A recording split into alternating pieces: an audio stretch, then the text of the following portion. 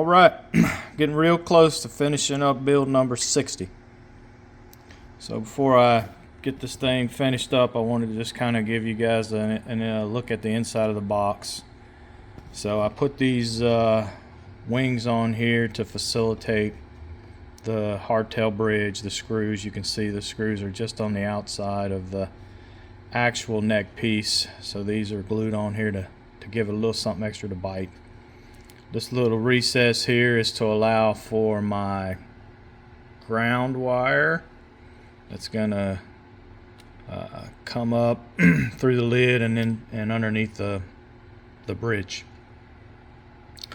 So there you go. I got some sound holes on the bottom. This is obviously the inside of the box. Sound holes on the top. I got her all soldered up. We're about ready to close the lid on it and get some strings on there, do some final adjustments, and then I'll give you a look at it. Here's the humbucker. It has a mini humbucker, and I put these blocks here to accommodate the screws that screw down the ring that's around it, and also because they have a pretty long shoulder on them for such small screws, so that gives them something extra to bite on. And this is adjustable, so I've got it all the way up right now. That's to help when I put the neck in the box so that it doesn't get in the way. And then there's a recess in the neck so that you can lower it down. So you can raise it or lower it and get it to whatever height you want it, however you want it. And then the only other thing here to point out is this does have a tone knob, and that's a point. Here you go. That's one of these jobbies right here. 0.033 UF guitar tone capacitor.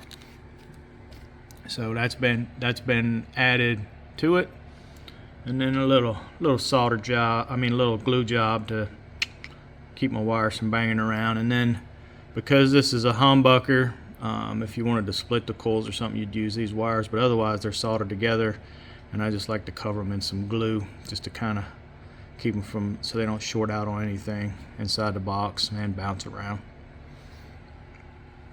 So all right, I'm gonna turn this thing around. Well, I'm gonna turn this thing off, and then I'm gonna get the bridge and everything put on this guitar. We'll string it up, turn it up, and I'll let you listen to it.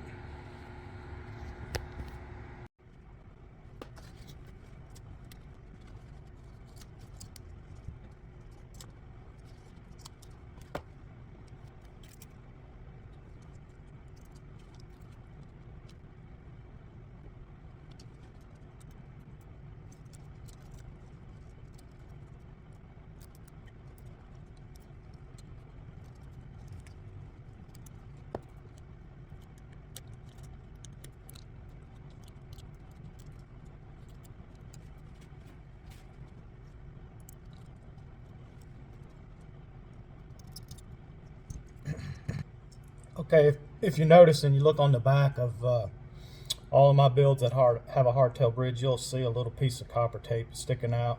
So this is the holes right here where the strings go through.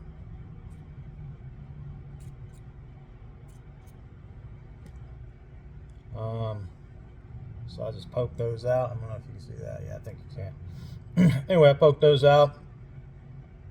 The strings rest up against this copper tape, and this copper tape is going to rest on top of this ground wire down here.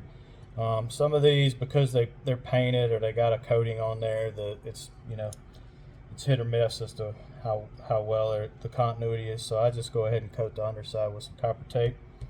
It's probably not necessary to put any down here on the box itself, but I do it anyway just to kind of give it a better chance, I guess, make sure nothing goes wrong. And so then there you go. Let's see, poke these holes out real quick for the screws.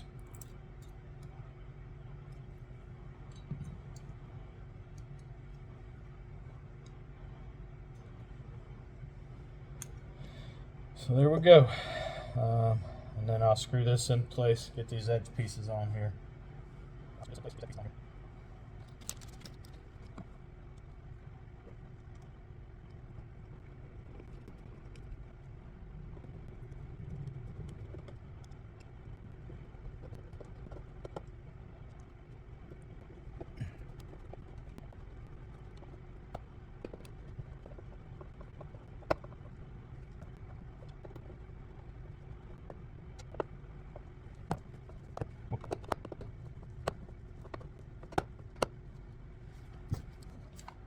couple other things. I have this screw gun sitting here, probably sitting here watching me screw these things in, going, why are you doing that? I pre-drill everything on these boxes. The necks, all these necks are made out of hardwood. And so I have even paying attention and screwing screws into these for the first time. Not, you know, I feel like I'm paying attention, I'm checking the tension, but I have broke a couple off and had to go through all kinds of trouble to get the screw out and rescue the guitar from the scrap heap. So I do use this after I use the screws, after I run the screws in the first time by hand, and I typically won't use it to tighten, you know, the final couple of turns or to loosen it. So I always tighten it with by hand with the screwdriver, and then if I'm gonna if I got to take it apart for any reason, I will loosen it with a screwdriver and then hit it with this thing to help me out. So anyway, there you go. That's why you're watching me sit here with this screwdriver and mess with these things. Just don't want to. It's always so important to sometimes. And I use these fishing washers on here just to kind of clean up a little bit. Gives a fancy look.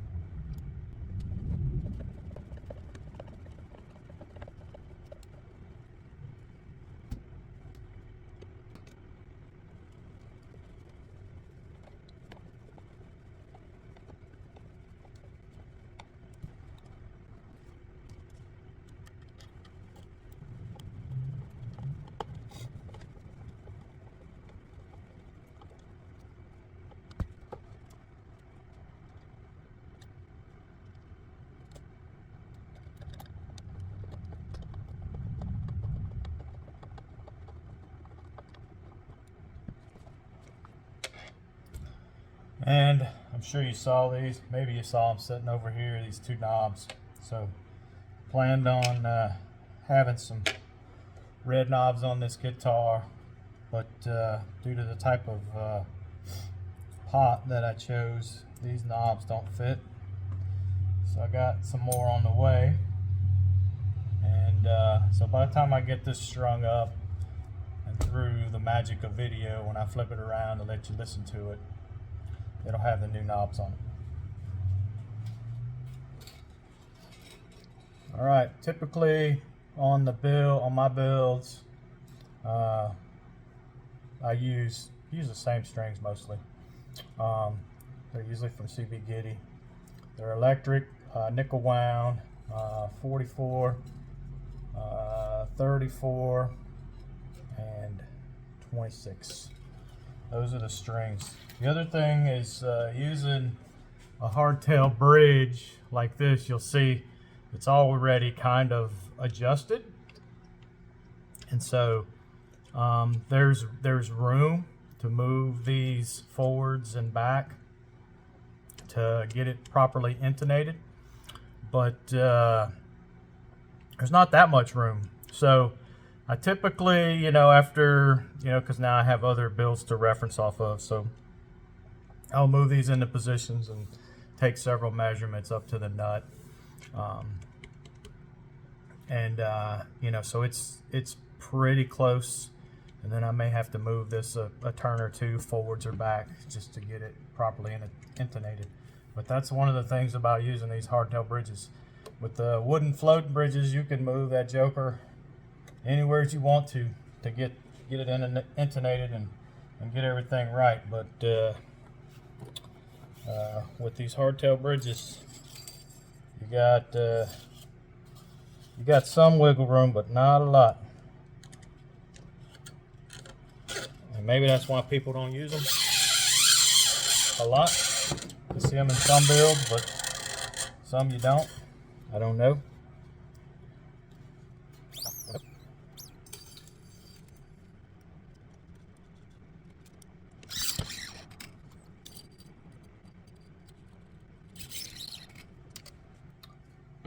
Again, this is not necessary, but when I pull these through, it kind of drives me nuts if these pieces back here are twisted, you know, and going in all different directions. So to keep them pointed in the same direction and to give a little old school nod, I'll just throw a nail back here.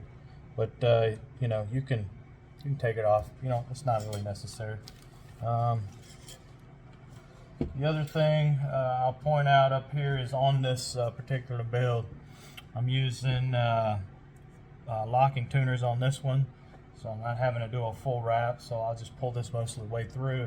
It'll have some slack in it, and then I'm going to tighten up the bottom, tighten up the lug, and then tune her up.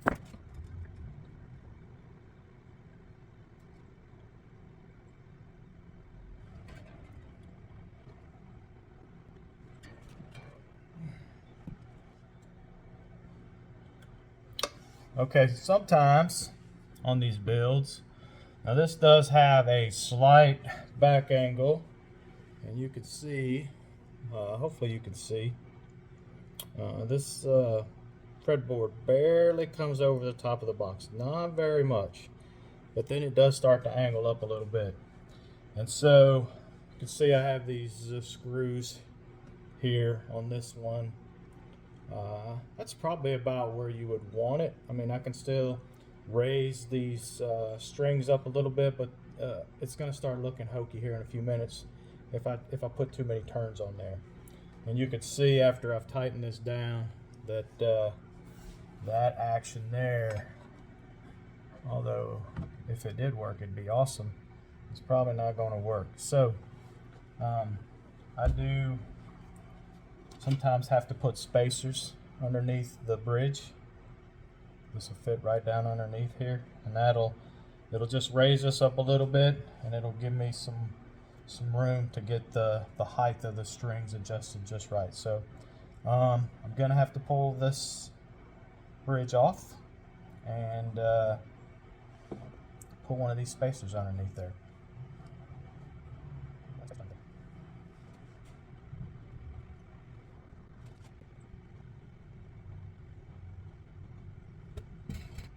And I say sometimes because I do have two sitting here. Here's one right here sitting here. There's no spacer underneath it, and you can see the action on it, and you can see that the way this bridge is adjusted, it looks normal. And then I have another one here, and you can see it's got really good action as well. And the strings, the bridge looks normal, but I had to put a spacer underneath there.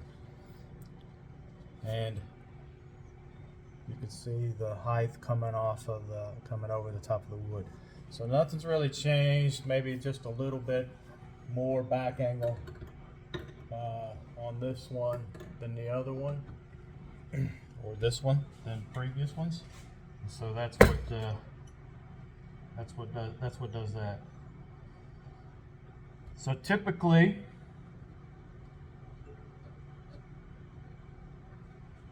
after I've put the strings on, I'm not going to take the strings all the way off up here. I have taken all the slack out. And so now I will just take the bridge off and I will wrap the strings up over here just to kind of keep them from getting damaged or kinked. I like when you bridge underneath this. Now, I did leave the brown wire long enough in case I do this. Now we use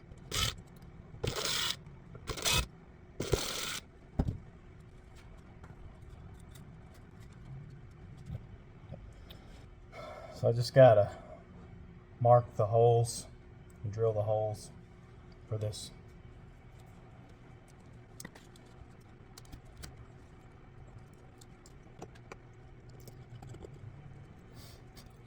Let's put a little Sharpie around the edge just to kind of hide, I mean not hide it, but you know, so it doesn't stand out too much. If you you know, you want to see the bridge, not this. See the bridge, not this.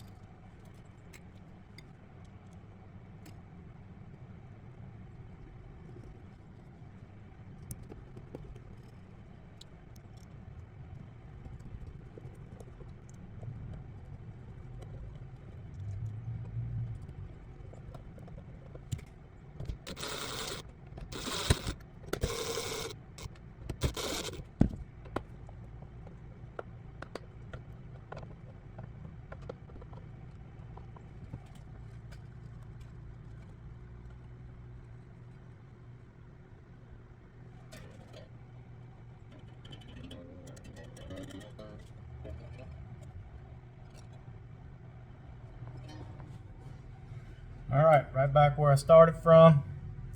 Now the action is a little better, at a little better starting point, so I can get it adjusted.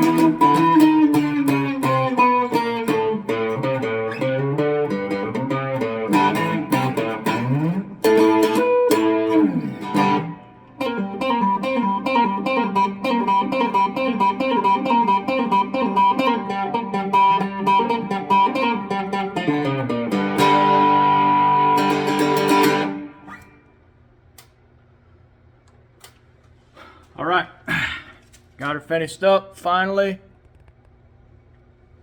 Here's a good look at the 60. All assembled up. That was just a little sound bite. You can see I etched or laser engraved the pickup cover there. So it says 60 on. I'm moving it around because of the light. I can't really tell what the camera's seeing. There you go.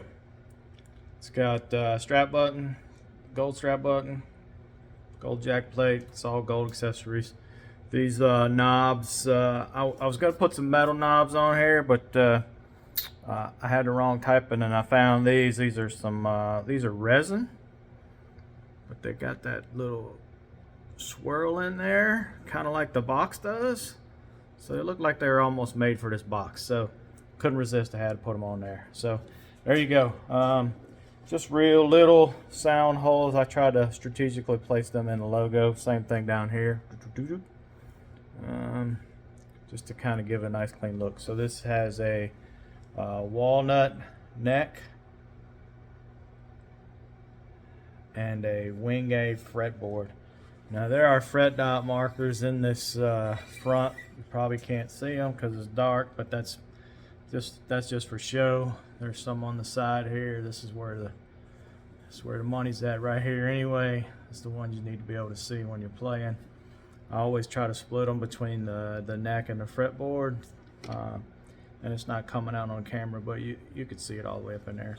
I did also take the 60 cigar wrapper and added it to the front of this.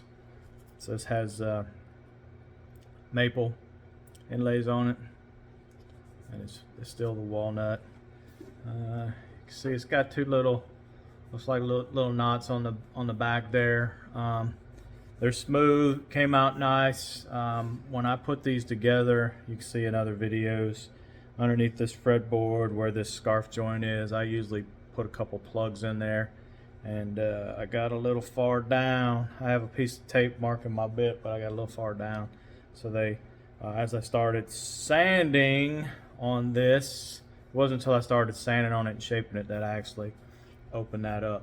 But there are solid wood plugs in there. That was just to, I use those to keep the scarf joint straight when I glue it up.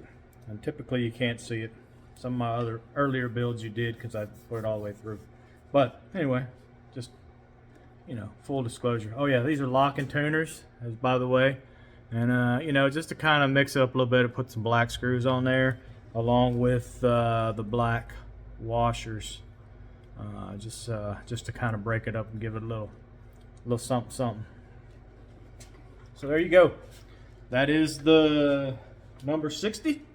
It will be going up on my site. Well, it'll be there by the time you see this video. How about that? Very fun build. I like this box. You know, these sound holes probably aren't necessary, but I think they give it a good look, and I just really like the way this one come out, especially the 60, and then being able to engrave this. Okay, and this is adjustable up and down. You saw that in an earlier part of the video. Now it is all the way up, and it's the right distance from the pickup, but I mean, if you felt like it was too hot or something, you could lower this thing down very easily because it is designed to go up and down. I have it raised all the way up, and I usually would lower it, but just based on how it came out, I've kind of left it in that spot. I guess maybe the longer I play this thing, maybe I'll adjust it if need be, but so far it seems to be the right spot. Oh, and it does have, as you saw in there, it's got the tone knob. So yeah, let me see here. Let's turn this back up just to kind of give you an idea. Just max out, dime out the volume.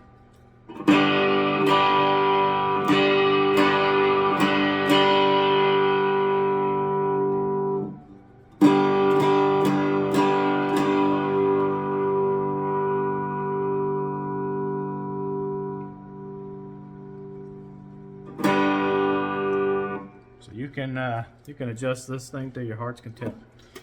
All right, thanks for checking this out. I haven't started any new builds yet, but right now I have probably six, at least six. 1, 2, 3, 5, 6. Yeah, 6 guitars on my site. Check them out. If you got any questions about them, you can drop me a line on my site, or you can drop a line on this YouTube channel. Either way, I'd be happy to answer them out. If you want to hear a sound bite or something, hear how something sounds, just hit me up. But thanks for checking these out. There'll be more to come. See ya.